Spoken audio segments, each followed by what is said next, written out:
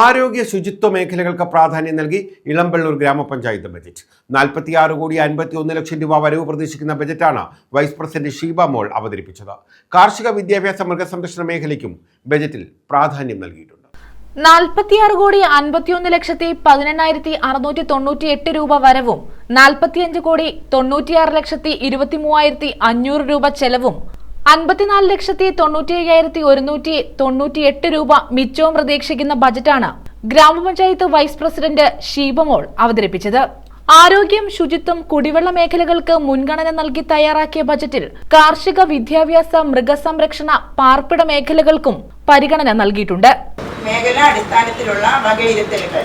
ഉൽപാദന മേഖല. കൃഷിക്കും മൃഗസംരക്ഷണത്തിനും അനുബന്ധ മേഖലകൾക്കുമായി ഉൽപാദന മേഖലയിൽ 1,40,64,000 രൂപ വകയിരുത്തിയിട്ടുണ്ട്.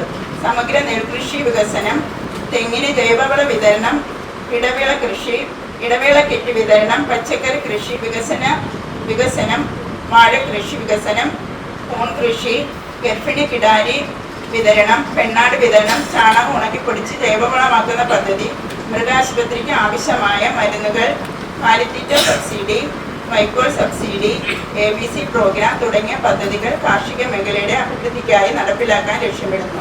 ഗ്രാമപഞ്ചായത്ത് പ്രസിഡന്റ് സിന്ധു ഗോപൻ അധ്യക്ഷത വഹിച്ചു. സ്റ്റാൻഡിംഗ് കമ്മിറ്റി ചെയർപേഴ്സൺമാരായ മേരിക്കുട്ടി ജോൺ, സവാദ്, സുജാത മോഹൻ, ബ്ലോക്ക് പഞ്ചായത്ത് അംഗങ്ങളായ ശ്രീകുമാർ, നിസാമുദ്ദീൻ, പഞ്ചായത്ത് അംഗം ലളിതാംബിക, ഗിരീഷ് കുമാർ, സുജിത ഷാജി, സാജു വർഗീസ്, അജി അലക്സ്, ജഗദീശൻ, ജീജ ബാബു, ശരത്ചന്ദ്രൻ, അനിൽകുമാർ, മഞ്ജു സുരേഷ്, ബിനു ഗോപാൽ, മുഹമ്മദ് ഷാൻ, നിഷ എസ്, പഞ്ചായത്ത് സെക്രട്ടറി ഷീജമോൾ എന്നിവർ പങ്കെടുത്തു. News bureau, Kundara.